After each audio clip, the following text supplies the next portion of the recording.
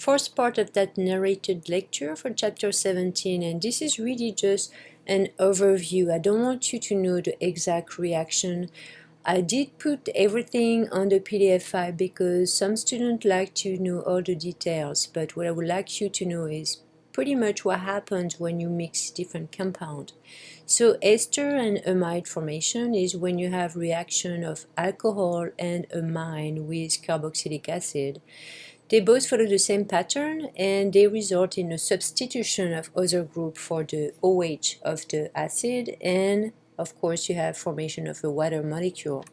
Example right here, just pay attention to the fact that the two in red, the OH and the H, combine to give you here a water molecule. Again, I will not ask you specifically to describe the reaction, but you should know that if you have a carboxylic acid reacting with alcohol and a catalyst, you get an ester.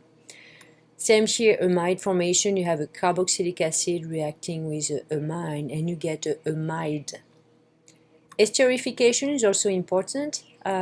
Warming a carboxylic acid with alcohol with a strong acid catalyst such as the sulfuric acid.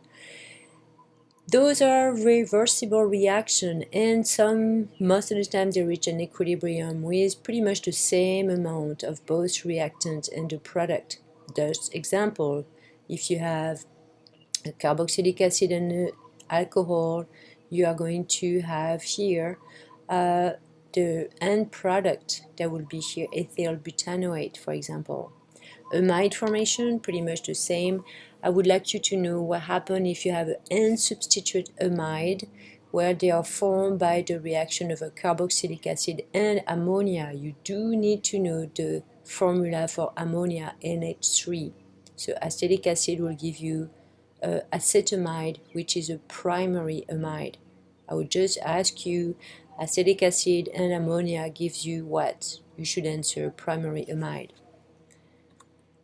Substitute amide are produced in reaction between primary or secondary amines and carboxylic acid. And again, example, I would just give you questions such as, what if you have here carboxylic acid and an amine, and what would you get at the end? So primary amide gives you a secondary amide.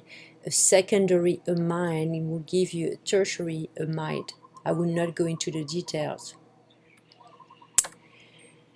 Tertiary amine have no hydrogen on that amine group because they are tertiary, so the nitrogen has 3 covalent bonds, it doesn't have a free hydrogen, so they do not go under that reaction and they can't form amide, and they will just give you that ammonium salt, so a salt when you have here NH plus at the end. Finally, ester and amide undergo hydrolysis to give both back the carboxylic acid and the alcohol or the amine. Just again, predict the hydrolysis product. I will not ask you here. I give you the example if you want to understand exactly how it works. Should know still that ester hydrolysis using a base such as NaOH, which is a very strong base, or KOH. We call this saponification.